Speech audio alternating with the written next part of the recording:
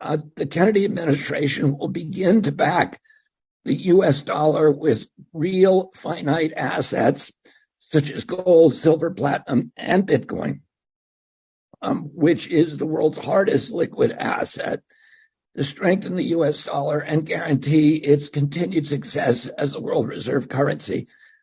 This will include US Treasury bills, notes, and bonds. My plan would be to start the Zoom call, and I want to at Bitcoin 2023. I mentioned a number of commitments that I was making to the Bitcoin community. My uncle, President Kennedy, when he was in office, understood the importance of hard currency and the importance and the dangers of having pure fiat currency with no other option. He created silver certificates. He created gold certificates. They were late after his death. Those were discontinued.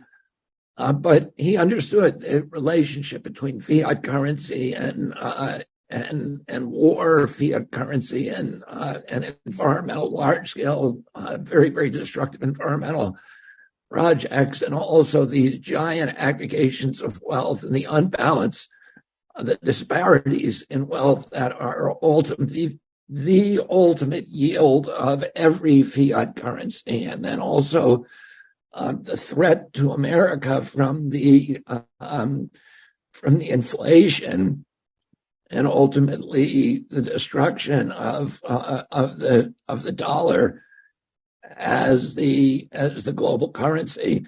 And Bitcoin is part of the basket of hard currencies that I think that the Kennedy administration is going to encourage the proliferation of and the propagation of. And I mentioned many reforms that I'm committed to in my Bitcoin 2023 speech, including self-custody. Your wallet should be your own. The capacity of people to run, of American citizens, others to run Bitcoin or to run nodes inside their own homes. The policy of industry neutral regulation of energy, and my administration's mission of making America the global hub of cryptocurrency, particularly Bitcoin, as a means of incentivizing greater investment in green and energy and renewable energy production, and attracting engineering, investment, and innovation to our country. I will clarify some kind of sensible, and I need to think more about this and meet with many of you, but some kind of sensible jurisdiction and governance that recognize that Bitcoin is not a security and should not be regulated as one.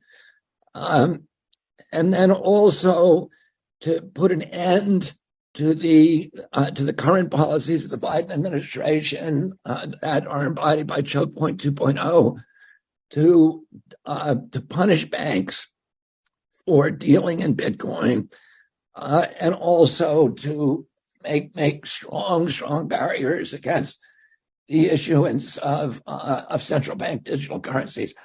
I want to talk today about two additional reforms that we've given a lot of thought to and are going to be part of our package. Like Singapore, Germany, Switzerland, Puerto Rico, and Portugal, the Kennedy administration will exempt the conversion of Bitcoin to the US dollar from capital gains taxes.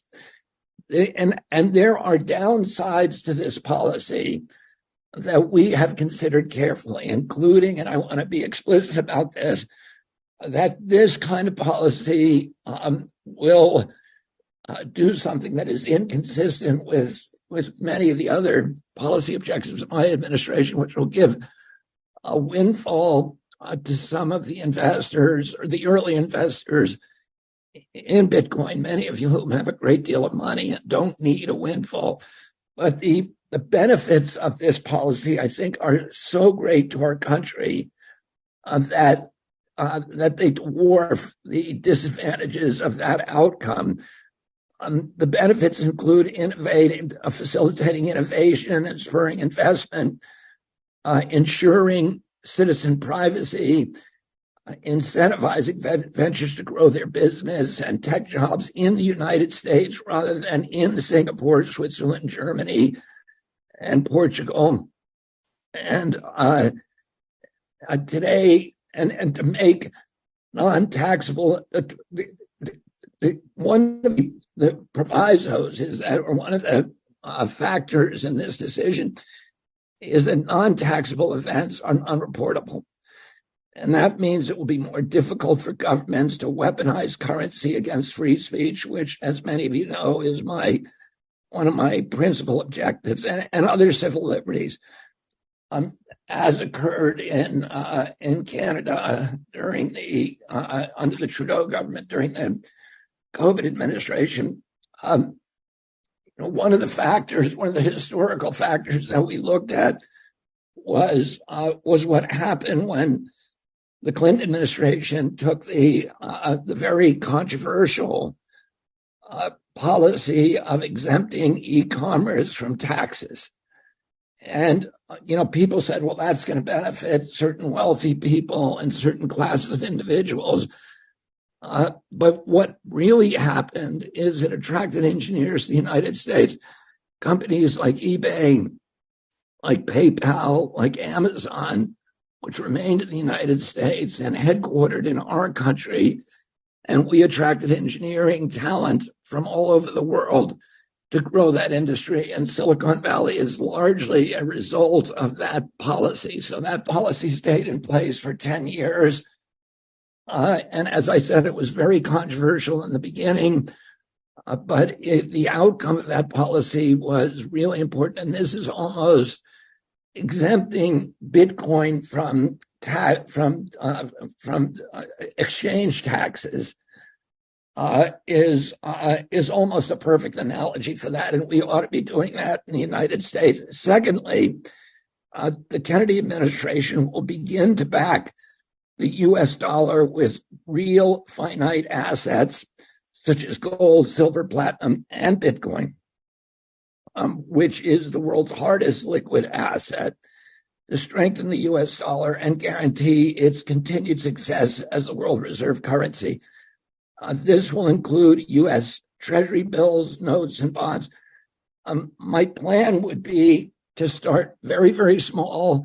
Perhaps 1% of issued T-bills would be backed by hard currency, by gold, silver, platinum, or Bitcoin. And then, depending on the outcome, we would increase that annually. And what this will do is it will ironically, we will be able to use Bitcoin to help save the U.S. dollar.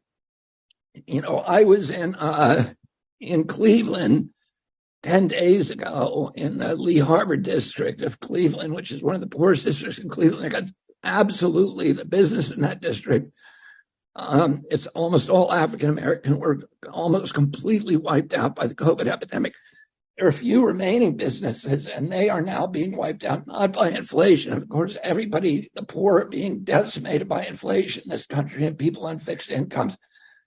And Bitcoin would be a hedge against that.